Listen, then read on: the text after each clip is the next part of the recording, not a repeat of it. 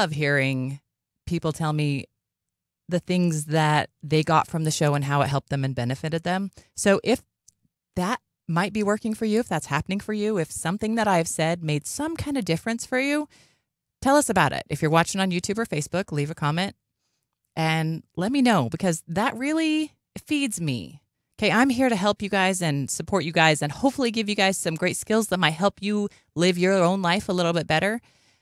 But it's also super reaffirming to me to hear back about some of those things. So if that's happening, please let me know. All right, here we are with today's show, which is about imaginary walls and brain barriers. When I say imaginary walls, I literally mean walls that you have imagined, walls that you have put up and created in your own head that limit your life. Barriers that you have put in place that hold you back from your own life. That's what we're here talking about. And let me start by telling you a couple things. First of all, let me give you a scenario. Let's say that you went shopping for a car. You needed a car, you had budgeted it, you'd figured out how you were going to do it. You got to the car dealership and you found a car that you kind of liked. It met some of your requirements. And then as you're talking to the salesman about it, he says, but you got to know this is a really special car because this car is guaranteed to always keep you safe because it will always go 10 miles an hour under the speed limit. If the speed limit is 35, it'll go 25. If the speed limit's 55, it'll go 45. Speed limit's 80, like it is on some highways here in Utah, you'll only go 70, and that way you'll know you'll always be safe. Okay, that might be spun to make you feel like you're safe, but would you buy that car? I like to drive fast, and if I was offered a car that would only go 10 miles an hour under the speed limit, I would not buy that car. I don't want to be held back by that kind of limitation. Something that I have no power over, something I have no control over. It just is. And if I choose to buy that car, I accept that limitation. I wouldn't do it, would you? Maybe you would for your teenager, but that's a different story. That's not what we're talking about. So what we're going to talk about is those kind of limitations that we have in our own brains, you and me, because I have them too. Limitations that we put into our own head, limitations that we take on and accept and follow that limit us, that hold us back, that keep us from going the full speed limit or above it. I mean, it's one thing to only go the speed limit. At least then you're following the rules and everything's safe as it should be. But why would you limit yourself to so much lower than standard, so much lower than what you're able to do? Let me tell you about another guy. His name is Wim Hof.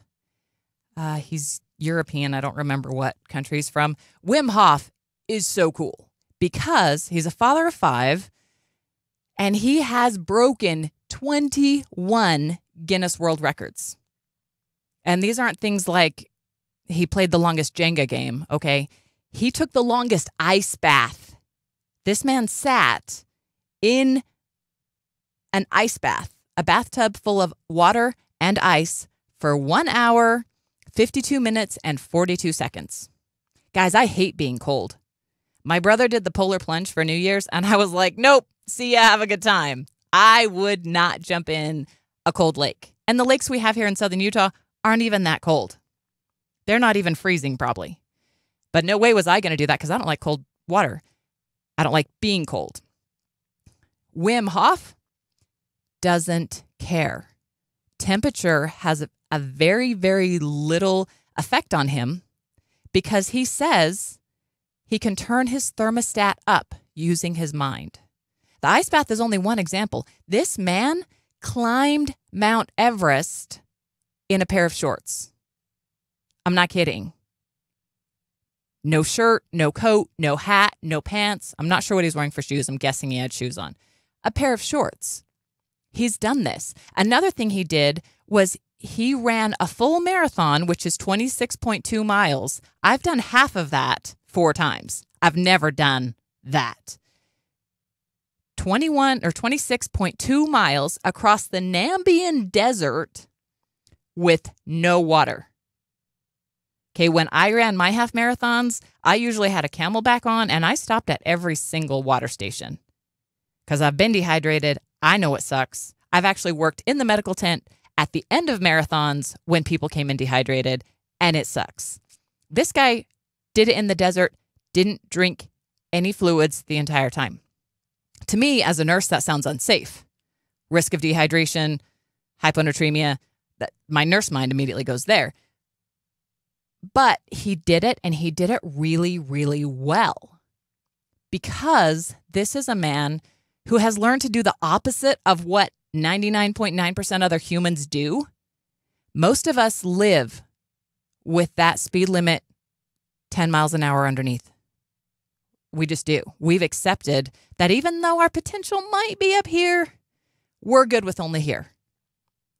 And maybe we don't cognitively say that, but the decisions that we've made, the beliefs that we've taken on, the ideas that we have accepted as true, whether they are or not, limit us. They hold us back. They cause us to never be able to get all the way up to the speed limit. And this guy, Wim Hof, he has gotten permission from the Highway Patrol to go 30 miles an hour over the speed limit, okay? This guy has figured out how to change those blocks, those imaginary barriers in his brain, and not only remove them, but raise the bar. This guy's pretty fascinating. I watched an interview with him, and I've read on him and watched some videos about him. Wim, W-I-M, Hof, H-O-F. Very simple name, Wim Hof. They call him the Iceman. And what I love about it is he clearly says, I just turned the thermostat down in my mind or up in my mind. He can control, and they've actually studied him while he was in, guess what he was using, because that's my favorite thing, meditation. While he was meditating, they were able to track his mind and recognize where his mind was sending signals in his body related to temperature. This guy can literally close his eyes, quiet his mind, and make his body warmer or cooler. And I've heard of ninjas who can do that too, not like real ninjas, who also have that ability and can even slow their heart rate down to make them harder to find. They can even pretend to be dead and be unrecognizable as alive because they know how to go into their mind and change that. And that's fascinating. And that's something that you and I are capable of.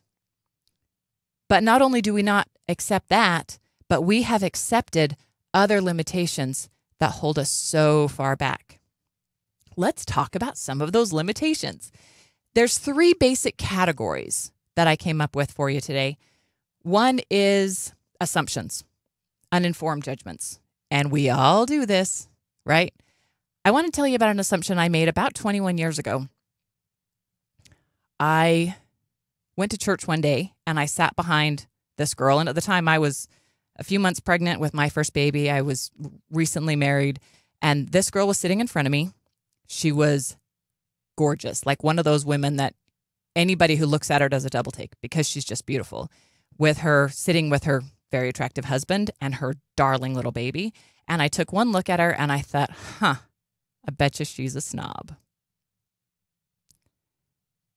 And later, I'll tell you the short version of the story. I got to know her. I got to know her really well. And I ate those words. Her name's Barbara. 21 years later, she and I are still friends. She's one of those people that, last week we talked about how your vibration, you might vibrate at the same level as somebody else. When I actually got to sit and talk to her, she and I were vibrating very, very similar. We had so much in common. We had so much shared between us. And I had to eat my words because I thought this girl was a snob. I took one look at her, saw how pretty she was, and assumed she was a snob. And she was anything but. And had I held on to that judgment, I would have missed out on a 20-year friendship from one of the, not only just beautiful, but one of the most smart, the smartest, driven, passionate, powerful women that I know. At the age of 40 or 41 last year, she graduated from Brigham Young Law School and became a lawyer, passed her boards, and is now working as a lawyer. And she's still every bit as gorgeous as she was 20 years ago. But I made the assumption that because she was pretty, she was a snob. And if I hadn't changed that belief, I would have missed out on having my own life blessed by having an amazing friend in this amazing woman. So before you make assumptions, snap judgments about other people, recognize when you do it. We all do it. What I believe is that the first thought that comes to your brain is what's been trained to come to your brain. Maybe you trained it, maybe somebody else trained it. The second thought is how you reframe it and how you choose to take that. So my first assumption was, she's pretty, she must be a snob. I was able to reframe that and recognize it. And I even went back and apologized to her. And she cried. And she said, you know what, Della? That happens all the time. So many times in my life, people have seen how pretty I was, even though she really didn't believe that she was prettier than anybody else, and automatically judged her as being less than she is. Because she's pretty, they thought she was dumb. Or because she's pretty, they thought she was a snob. I was guilty of it. So imagine how your assumptions are limiting you and what you're missing out on because of those assumptions. Another one is limiting beliefs. And we've talked about this. Most of these come from the first 5 to 7 years of your life when your brain is basically an empty hard drive and downloading everything. Everything you see, everything you hear gets downloaded right into your soft gray matter, which at that point doesn't even have firing neurons all the way through it, right? You are building those brain pathways at that age. Everything that you see, hear, and learn starts new brain pathways at those very, very early ages. And very often, pretty much it happens to all of us, we get told ideas or concepts that we accept because we're children and we don't know better. But very often when we're adults and can know better, we don't realize we have these limiting beliefs. We don't know they are limiting beliefs, and we never take the time to go back and reframe them. Some limiting beliefs might be, I'm not good enough, especially if your parents or those that you loved and were around told you when you were little that you're not good enough. Chances are, if you heard that as a kid, you still believe it now. And that, my friends, is a limiting belief that's not true. You have to reframe that or you will always believe it. That's the biggest umbrella one is, I'm not enough. It might be not good enough, not smart enough, not pretty enough, or in my friend's case, too pretty to be enough. Clearly, she got all of her, what I thought when I first saw her was clearly she was in the front of the gorgeous line and missed out on all of the smarts, strength, and all the other stuff that my friend Barbara clearly has. But I assumed that she didn't because she had that, so she couldn't have the other stuff. Another limiting belief that many girls have is that it's enough to be pretty. You don't need more if you can be pretty. You don't need to be smart if you're pretty. You don't need to be a hard worker if you're pretty. And those things can potentially be true. I know women who have lived to prove those things true and have successfully. However, those women also didn't have the control and empowerment in their life that truly would have brought them joy and fulfillment, because everything that they got in life was given to them because they were pretty. They didn't really work for it. They didn't really earn it. And we know if you don't work and earn something, you don't appreciate it. Also, when you can work and earn something, you don't just appreciate the thing that you're getting. When you do that, you have fulfilled a commitment to yourself. When you say, I want that, I'm going to do what it takes to get it, then you do it. You get the prize in whatever the thing was that you're trying to get. But the bigger prize that's even more important than that to me is that feeling you get in your gut that I did it. I accomplished it. I took on this challenge and I can do it. One limiting belief that we have is that we can't do big things. that we shouldn't try. And that might come from our parents telling us when we're little, oh, honey, you shouldn't try that. That's too hard. And maybe that's true for a 4-year-old, but it's not true for a 34-year-old. But we still believe it. Oh, no, I can't do that. My mom told me that's a bigger thing than I can handle. Might have been true when you were 5. It's not true now. But we still hold on to that. We still have that imaginary barrier in our head, that brain barrier that we've created. The only reason it's there is because we allow it to be. It's not true. And yet we believe it. Another one, and this one I haven't talked too much on the show about, but I might because it's one of my favorites, is thinking errors. Thinking error. A thinking error is something that you do in the moment to protect yourself. And you do it in your own head. And it's because we all have our automatic natural defense mechanisms, right? That's why we have the fight or flight.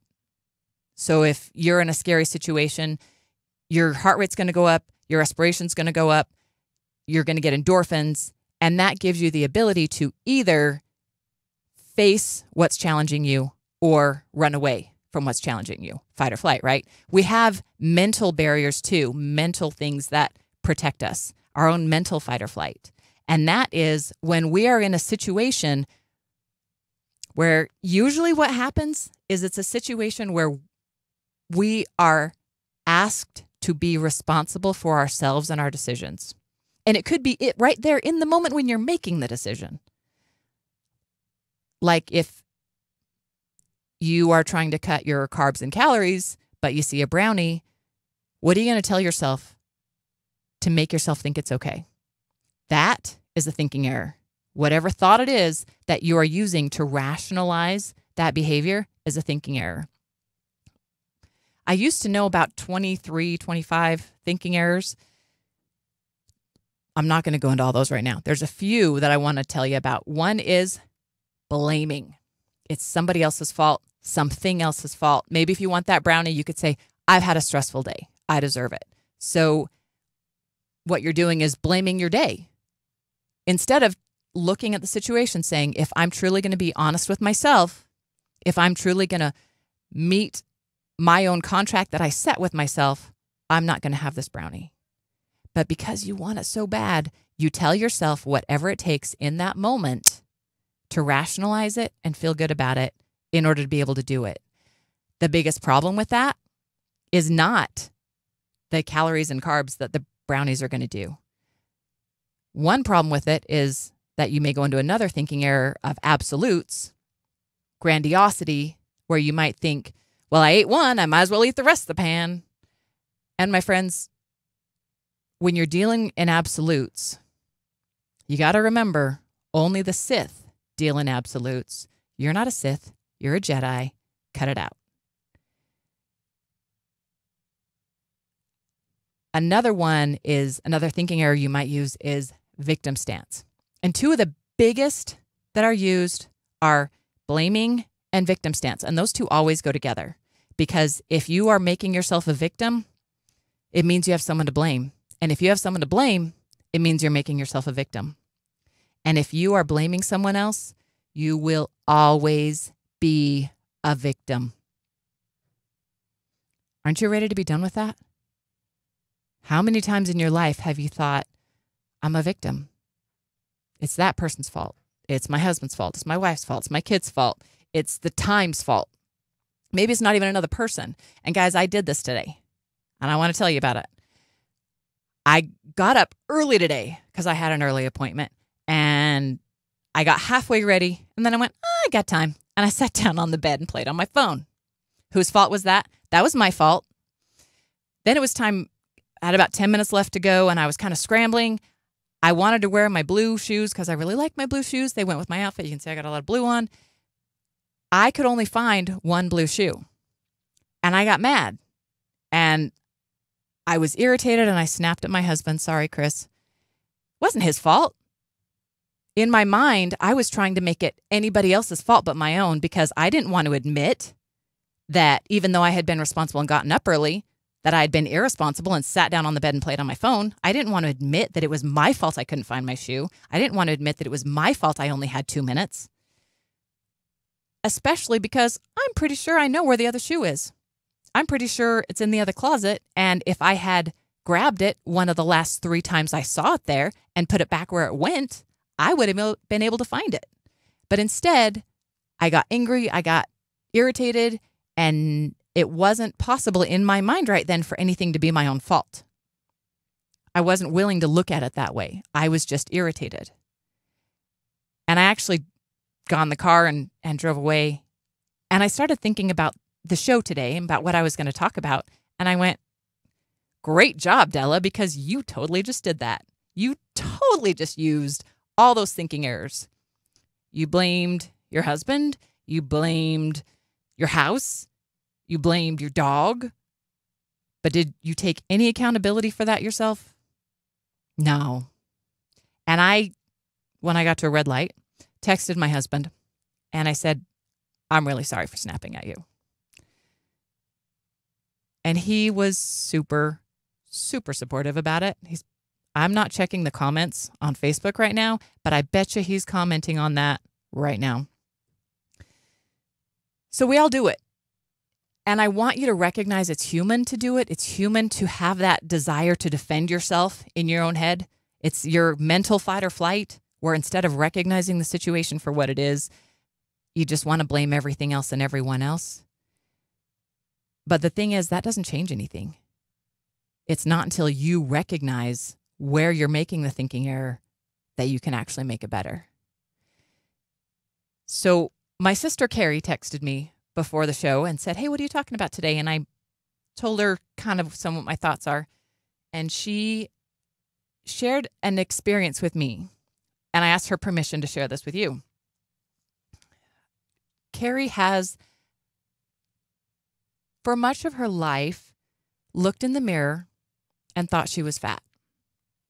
And the truth is, 99% of girls do. But the thing was, she was telling herself lies every time she looked in the mirror. I'm not talking about what her actual weight was or whatever. That's actually besides the point. What mattered was that when she looked in the mirror, she said mean things to herself. And she went to a conference.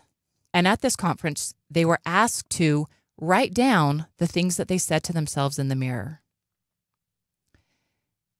And Carrie, when she wrote it down, when she took it out of her head and put it on a piece of paper, she recognized, wow, I'm hard on myself. And that wasn't the biggest part. The lady who was giving the class took a picture of her own daughter, and she put that in front of the class. And then she took everybody's comments from the whole class, things that like what Carrie had written about what she said to herself when she looked in the mirror. And the teacher read those comments as though she was saying them to her daughter. Now, you may or may not have a teenage daughter. You may or may not know a teenage girl, but you might remember what it was like when you were a teenager. If you had a teenage daughter, would you say those things to her? And if you would, maybe you should reconsider that. If you are saying anything to yourself in your own head that you could not speak lovingly to your own child, why are you saying that? Why would you hurt yourself in such a manner that you would not hurt anyone else? You wouldn't do that to somebody else. Why is it okay to do it to yourself? So recognize, that's the very first step, is to recognize. Recognize when you are using a brain barrier. Then you got to reframe it. And the most important thing after that is to act on that reframe. Tony Robbins says, sometimes the most important thing you can do is anything. Reframing it is one thing. Acting on that reframing helps cement it, helps make it firm in your head. Okay? The action is critical. And that's going to be different for you no matter what it is that your issue is. But acting on it, choosing to reframe it, and then act on that reframe. Because reframing it tells your brain a different way to think. Acting really creates the mental pathways, the neuron pathways that are going to create new beliefs for you, that are going to help you recognize that your car can go the speed limit and 10, 20, 30 miles over safely if you do it right. You are capable. There's Wim Hof, the Iceman. He has nothing you don't have. He was not born with any skill, talent, or ability that you weren't born with. The only difference is how he uses his brain. And one thing that's really interesting about him too is he trains every day.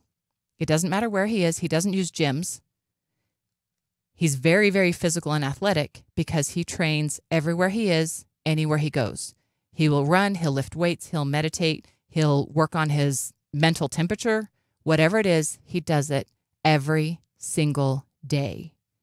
And if you want to retrain your brain to eliminate those brain barriers and your imaginary walls that you've created, you have to do it every day. If you want to have an extraordinary life, you have to do little extraordinary things every day. And if you can change one thought, reframe it, and make it into an action, my friends, that is one extraordinary action. And that's what I want for you. My time has run out. Remember, I'm not trying to tell you what to think. I only want you to think for yourselves. Leave me a comment, ask me a question, let me know what I can do for you, or if there's other things you'd like to hear me talk about. Thanks so much for joining me today. I will be here next week, Monday at 4:30 on Radio St. George 100.3. Thanks, friends.